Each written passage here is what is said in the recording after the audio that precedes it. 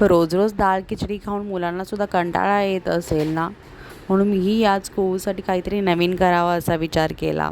So मी आज बनवली होती ओट्सची खिचडी. याला खिचडी म्हणतात की उपमा मलाही नाही माहिती, मी आपलं खिचडी म्हणते. एका कढईमध्ये मी तूप घालून त्याच्यामध्ये मोहरी, कढीपत्ता आणि घरात ज्या भाज्या असतील त्या छान तुपामध्ये परतून घेतल्या. मी बीन्स आणि गाजर होते तेच वापरले आहेत. ते छान परतल्यानंतर मी त्याच्यामध्ये थोडंसं पाणी घातलं आणि हळद टाकून त्याला उकळी येईपर्यंत ठेवलं.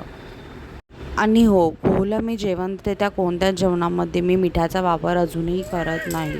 तर तुमचंही बाळ लहान असेल तर तुम्हीही नका करू. आय थिंक तिलाही सुद्धा पाठीमागून बोलायचं आहे, ती पाठीमागून मला आवाज देते.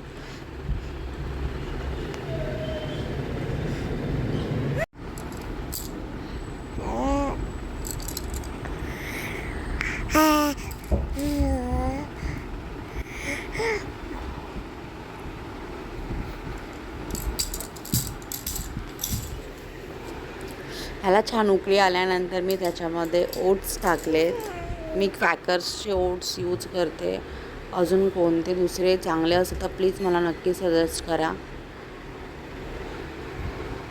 हे छान मी मिक्स करून घेतलं आणि 15-1 मिनटं मी त्याला शिजवण्यासाठी ठेवून दिलं आहे. तोवर आमच्या मॅडमनी इकडे सगळं हळदीचा डब्बा खाली केला होता. बापरे,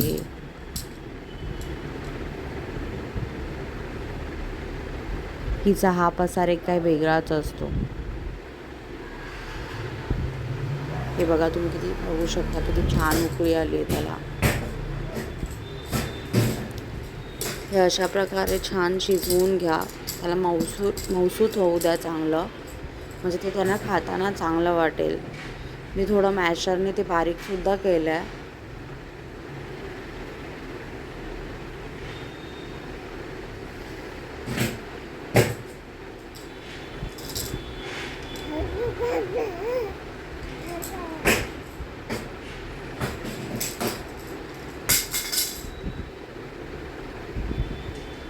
बघा ती खाती आहे सुद्धा कशी.